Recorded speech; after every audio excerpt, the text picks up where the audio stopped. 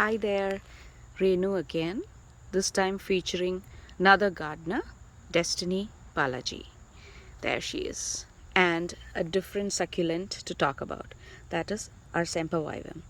What is Sempervivum? Sempervivum is a Latin word. Semper means always and vivus means living. So typically what it translates to is always living, which means they're perennial and are very hardy.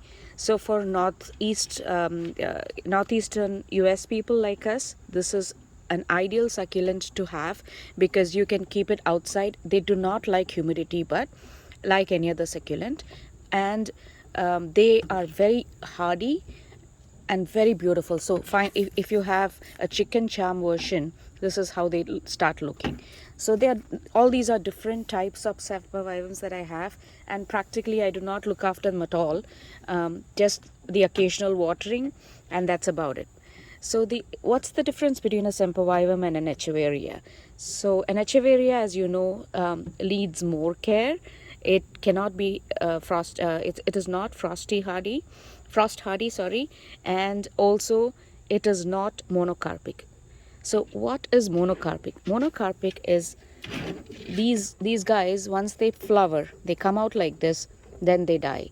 But it takes them at least 3 years for them to start flowering. So if you have a new plant, it takes them 3 years for them to come in and start flowering like this. But once they flower, this is what happens to them. They die. There's no way you can. Some people say chopping it off when it's flowering helps, but so far it's never helped me. There you see. Once it flowers, it goes off. But before it flowers, it gives out a lot of offsets. So it gives out a lot of pups and babies. If you can see, there are a ton of pups out here. And these just start forming another plant and start just growing. So you don't have to worry. If it's going to flower, then it throws out a lot of pups, and then it flowers, and then it dies. That's what monocarpic is.